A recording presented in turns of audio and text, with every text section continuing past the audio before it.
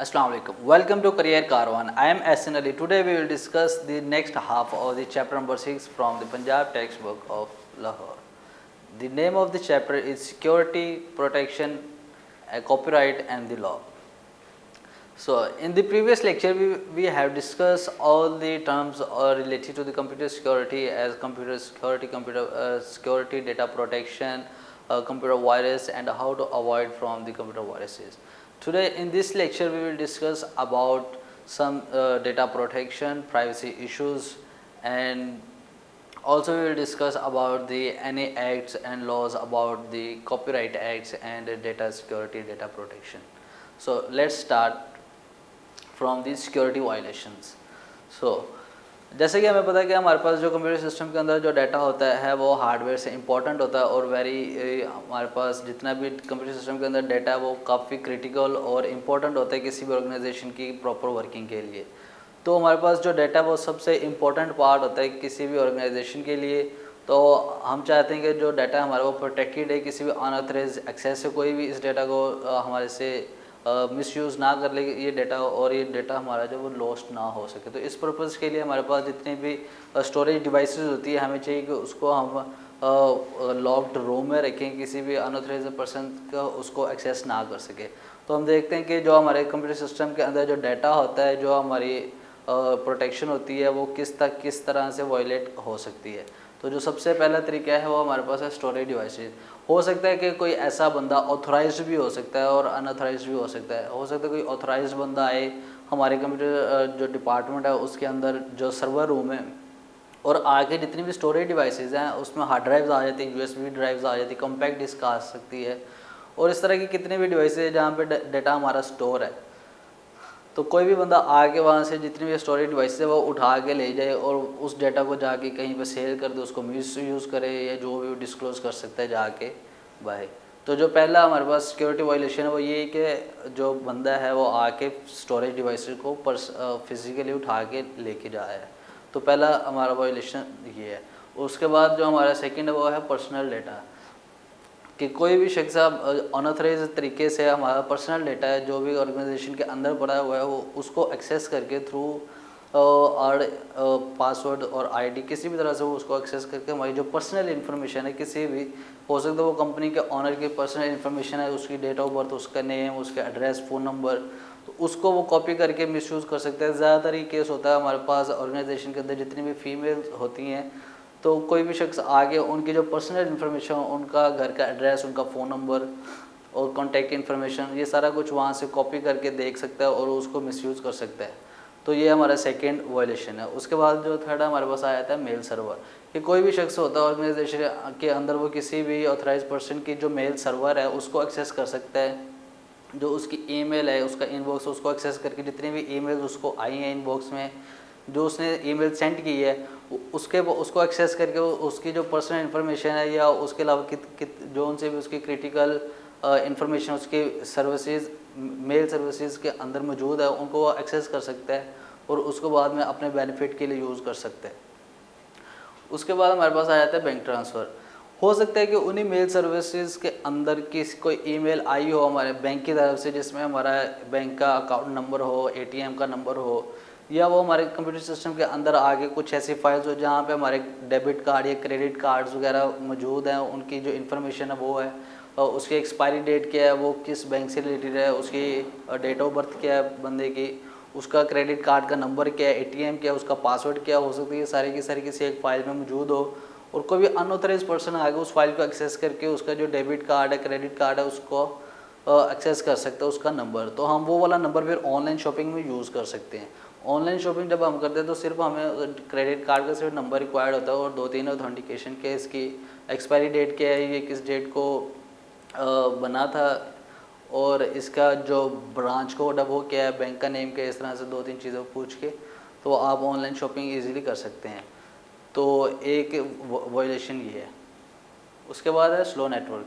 ये भी मुमकिन है कि कोई भी बंदा अनऑथराइज एक्सेस के तरीके से नेटवर्क के अंदर कोई रिक्वेस्ट जनरेट कर देता है किसी भी रिसोर्सेज को एक्सेस करने के लिए, तो वो रिसोर्सेज हमारे वो सारे के सारे बिजी हो जाते हैं आपस में कम्युनिकेशन के लिए और पूरा का पूरा नेटवर्क हमारा स्लो हो जाता है.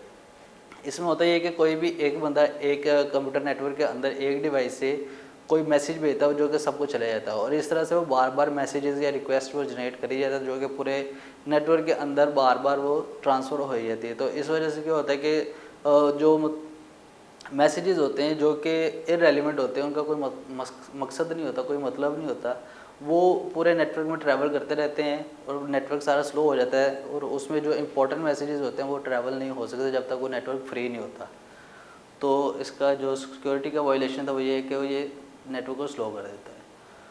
उसके बाद हमारे पास सिक्योरिटी के कुछ थ्रेट्स होते हैं।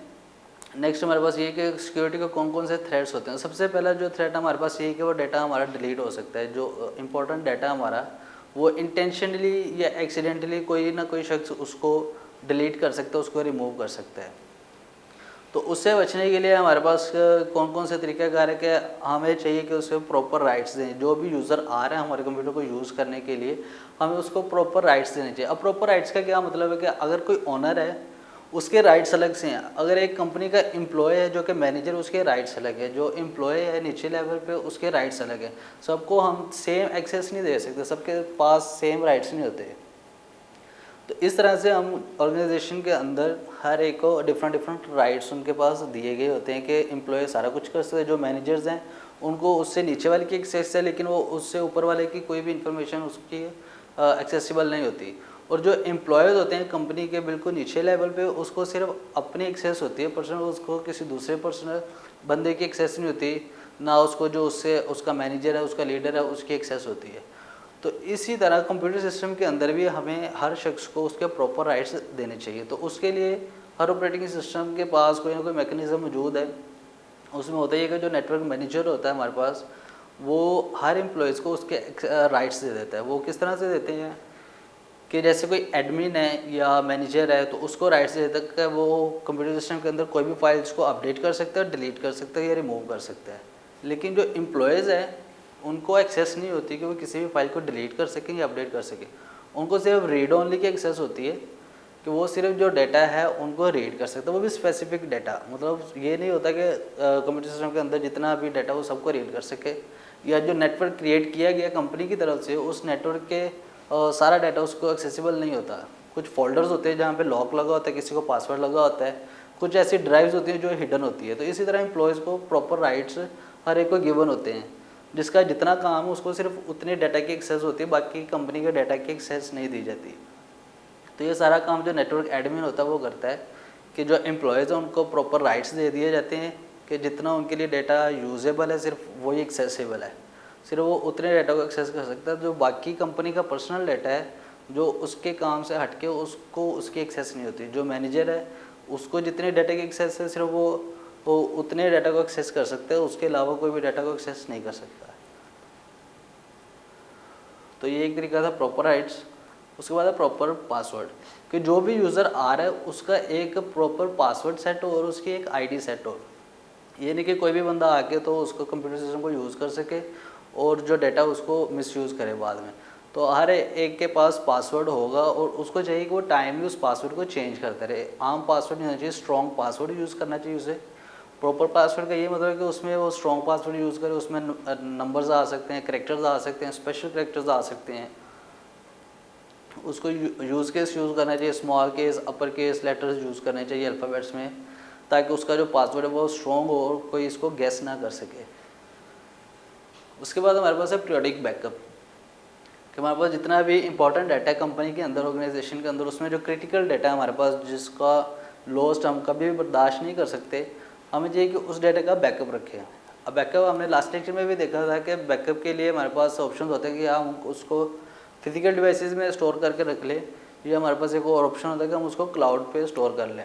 ड्राइव्स होते हैं, गूगल ड्राइव्स, आई क्लाउड, वन ड्राइव, तो हम वहाँ पे उसको डाटा को अपना बैकअप रखें।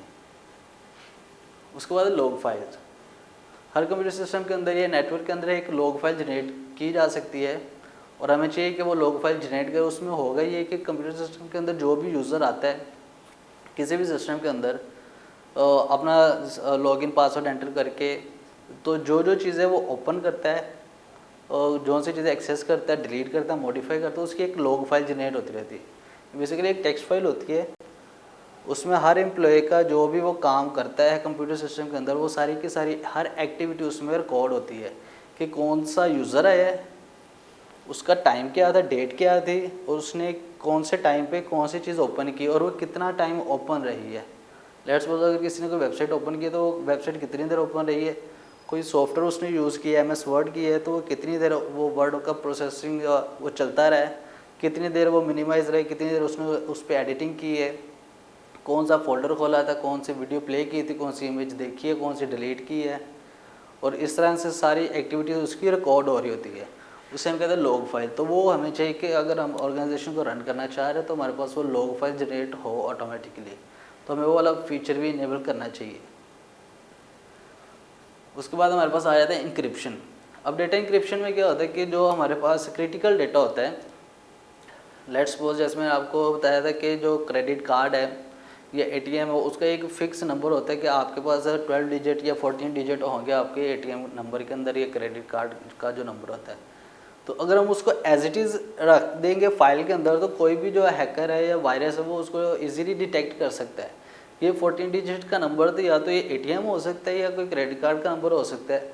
तो अगर वो 16 डिजिट है तो उसको पता चल जाए ये CNC का नंबर हो सकता है। तो इसी तरह से अगर हम वो डेटा ही चेंज कर दे, उसकी लेंथ चेंज कर दे और वो नंबर्स उनको अल्फ़ाबेट्स में चेंज कर दें, तो ये वो तरीका होता है हमारे पास इंक्रिप्शन का कि जो नंबर्स उनको अल्फ़ाबेट्स में चेंज कर दिए, अल्फ़ाबेट्स को हम नंबर्स में चेंज कर दें। तो एक ख़ास टेक्निक होती है, उसको हम इंक्रिप्शन कहते हैं कि वो डेटा को हम सिक्योर कर देते हैं, चेंज कर देते हैं, मॉडिफाई कर देते हैं कि वो डेटा अगर वो यूज़ भी उसको कॉपी कर भी लिया, उसको मिल गया डेटा, एक्सेस कर लिया है, तो लेकिन उसको वो ओरिजिनल डेटा ना मिले। लेट्स सपोज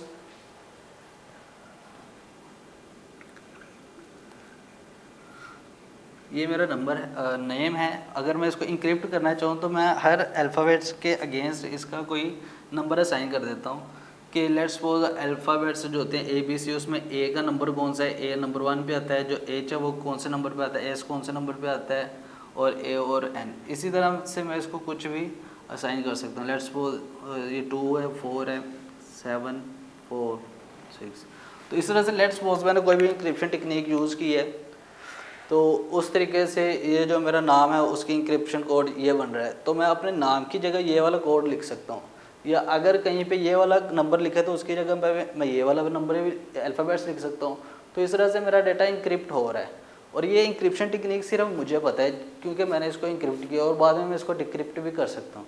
अगर मुझे कहीं पर लिखा है 24746 है तो मुझे पता होगा कि इसका मतलब ऐसा होता है। तो मैं किसी भी टेक्निक से डाटा को इंक्रिप्ट कर सकता हूँ। उसके बाद आ जाता है स्कैन डाटा कि हमारे पास जितना भी कंप्यूटर सिस्टम में अंदर डाटा है या एप्लीकेशन है, हमें उन्हें टाइमली अपडेट करना चाहिए और उसको स्कैन करते रहना चाहिए रेगुलरली। जैसे हम कोई नई एप्लीकेशन या सॉफ्टवेयर इंस्टॉल करते हैं तो हमें सबसे पहले उसको स्कैन करना चाहिए, इसमें कोई वायरस तो नहीं है, कोई इसमें मॉलवेयर तो नहीं है, कोई मतलब इस तरह की कोई थर्ड पार्टी कोई एप्लीकेशन तो नहीं जो हमारा डाटा लीक कर सके, डाटा कॉपी कर सके। और जितनी भी हमारे पास फाइल्स होती हैं जो हम नई जनरेट करते हैं या डाउनलोड करते हैं या मेल से, हमें उसको भी स्कैन करना चाहिए कि उसमें किसी किस्म का कोई वायरस ना हो जो कि हमारे डाटा को लॉस कर सके। उसके बाद हमारे पास आ जाता है डेटा प्रोटेक्शन। अब डेटा प्रोटेक्शन में होता ये है कि हमारे पास जो भी डाटा है वो पर्सनल यूज़ के लिए किया जाए तो उस पर किसी दूसरे शख्स का राइट नहीं होता, वो आपका है तो आपका ही रहेगा, कोई भी दूसरा शख्स उसको नहीं देख सकता। तो ये होता है डेटा प्रोटेक्शन कि आपका जो डाटा है वो प्रोटेक्टेड है, वो कोई भी अनऑथराइज शख्स उसको नहीं देख सकता। तो इसमें होता ये कि जो बंदा जिसको जितने राइट्स हैं वो सिर्फ उतना ही डाटा देखेगा, आपका जो डाटा है वो लीक नहीं किया जा सकता। ये चीज़ आती है डेटा प्रोटेक्शन में। अब इसमें हम एग्जांपल ले लेते हैं हॉस्पिटल सिस्टम की। अब हॉस्पिटल सिस्टम में लेट्स सपोज कोई भी शख्स जाता है जाकर पर्ची बनवाता है तो सबसे पहले उसका डाटा एंटर किया जाता है, वो डेटाबेस के अंदर या फाइल्स के अंदर स्टोर हो जाता है कि उसका नाम क्या है, उसकी एज क्या है, उसका फ़ोन नंबर क्या है, उसका एड्रेस क्या है, और स्पेशली उससे पूछा जाता है उसकी डिजीज़ क्या है कि उसको कौन सा मर्ज़ है, और फिर उससे रिलेटेड जो उनके पास डॉक्टर होता है उस डॉक्टर के पास उनको रेफ़र कर दिया जाए कि आप वो उस कमरे में चले जाएँ, वहाँ पर वो स्पेशलिस्ट डॉक्टर है, वो आपका मुआयना या इलाज कर देगा। तो इस तरह से वो जो पेशेंट आता है उसकी कंप्लीट इन्फॉर्मेशन हमारे पास कंप्यूटर सिस्टम के अंदर मौजूद होती है। जितने भी पेशेंट डेली के विजिट करते हैं या जो इलाज या हो के चले जाते हैं, तो उन सब का रिकॉर्ड कंप्यूटर सिस्टम के अंदर मौजूद होता है हॉस्पिटल के अंदर। अब वो हॉस्पिटल का जो डाटा है, एक हॉस्पिटल के अंदर जितने भी पेशेंट्स हैं सबका डाटा हमारे पास सिक्योर होता है। तो ये हॉस्पिटल की जिम्मेदारी कि वो हमारा डाटा किसी को भी प्रोवाइड ना करे, वो हमारे डाटा की प्रोटेक्शन है। क्योंकि अगर वो हमारा डाटा किसी को भी शेयर करे तो किसी को भी पता चल सकता है कि फलां शख्स को कौन सी बीमारी, वो कहाँ पे रहता है, उसका एड्रेस क्या, फ़ोन नंबर। तो इस तरह के सारे जो भी है वो डाटा सिक्योरिटी से रिलेटेड है। हमारा जो डाटा होता है वो प्रोटेक्टेड होता है। और अगर कोई हमारा डाटा यूज़ करता है हमारी परमिशन के बगैर तो वो एक जुर्म है, वो क्राइम है। Using of data without any permission is a legal crime.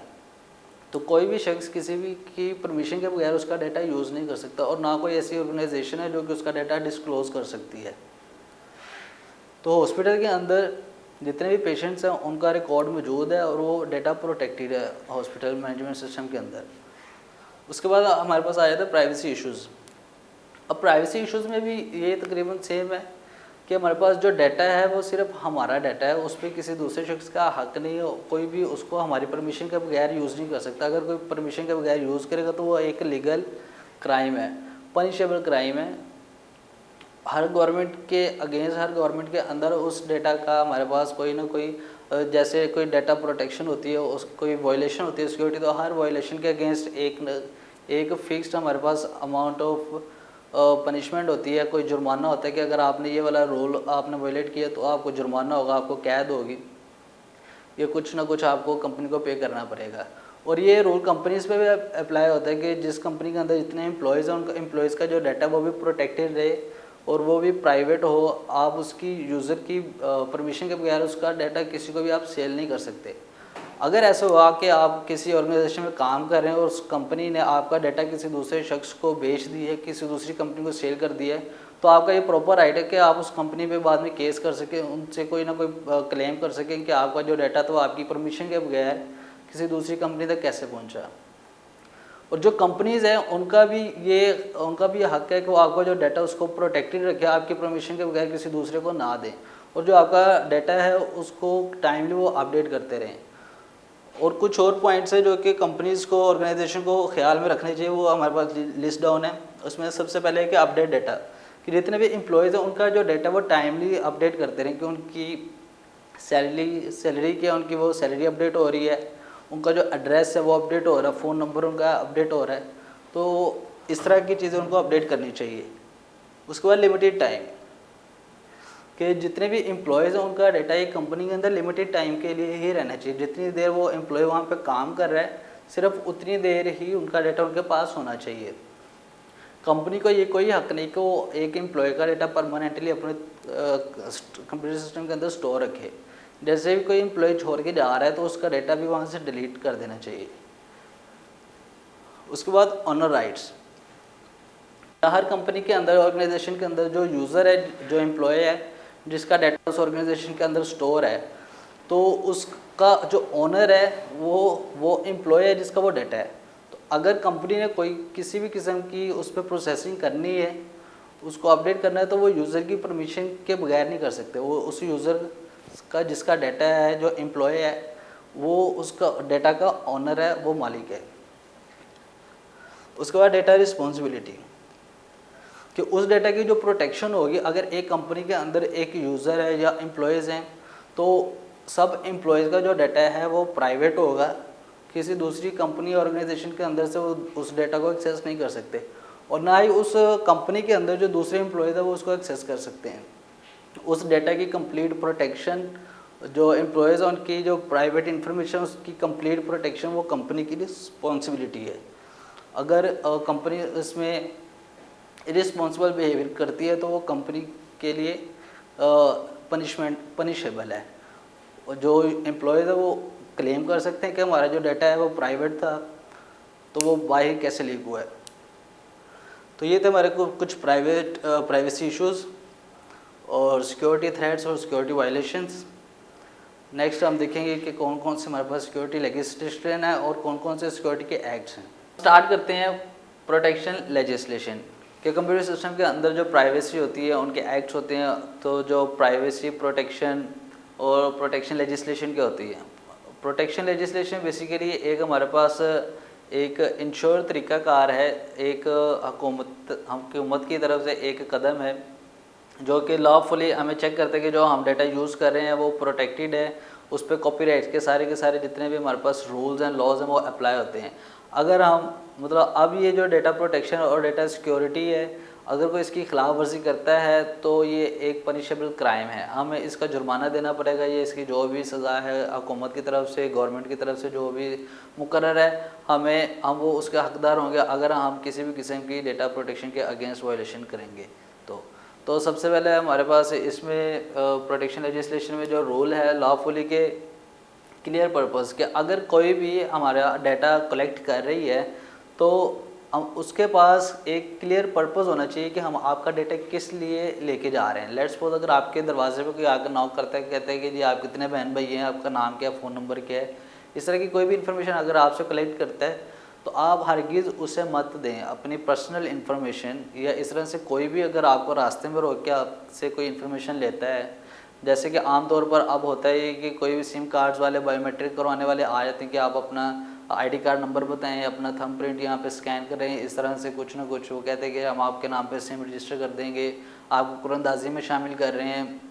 तो इस तरह से कोई भी आपको अगर कहे कि जी आप अपनी पर्सनल इन्फॉर्मेशन हमें दें, आप अपना फ़ोन नंबर दें, आईडी कार्ड नंबर दें या एड्रेस, या इस तरह से कोई भी इन्फॉर्मेशन, तो आप सबसे पहले उससे क्लियर पर्पस पूछे कि आप हमारी इन्फॉर्मेशन का क्या करेंगे, कि आप हमारा फ़ोन नंबर ले रहे हैं, इस फ़ोन नंबर को आप क्या करेंगे, किस मकसद के लिए यूज़ करेंगे। अगर आप हमारा एड्रेस ले रहे हैं, घर का एड्रेस, तो आप घर का एड्रेस किस मकसद के लिए ले रहे हैं, आपके लिए तो ये रिक्वायर्ड ही नहीं जो आप काम बता रहे हैं। तो आप हमारा फिंगरप्रिंट किस लिए ले रहे हैं, अगर आपने सिर्फ कोई मर्दमशुमारी करने के लिए आया है तो उसको फिंगरप्रिंट की क्या ज़रूरत है, वो तो वैसे अगर आपका नाम पता चल जाएगा कितने अफराद हैं।